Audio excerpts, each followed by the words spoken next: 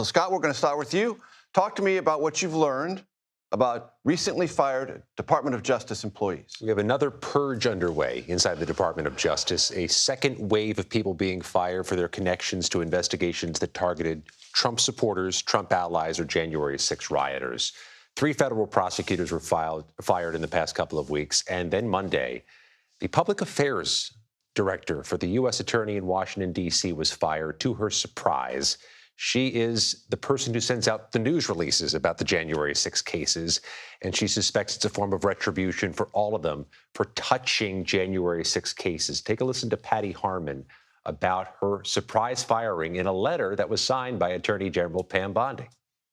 It's hard to understand why or how it's okay to remove people from their job for doing their job.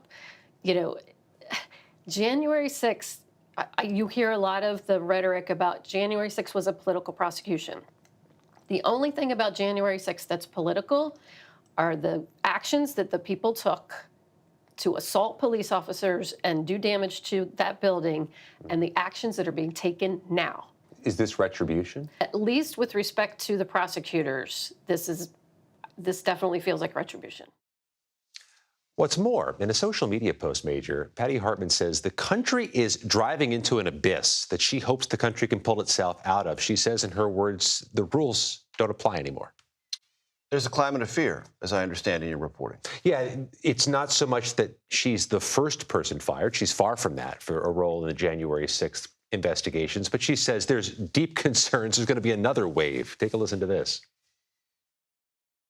One of the reasons I want to tell my story is because I want to give voice to the people who also have lost their jobs or who are there and feel powerless to talk about what's going on in the office. Are they fearful? I think a lot of people are afraid for their jobs right now. I think there's no doubt about that. No immediate response to our request for comment from the Justice Department, but Patty Hartman is considering a lawsuit or legal challenge to what she says is a firing without cause. We're going to keep all this on the record, and I appreciate you helping us do that. Scott MacFarlane, thank you very much.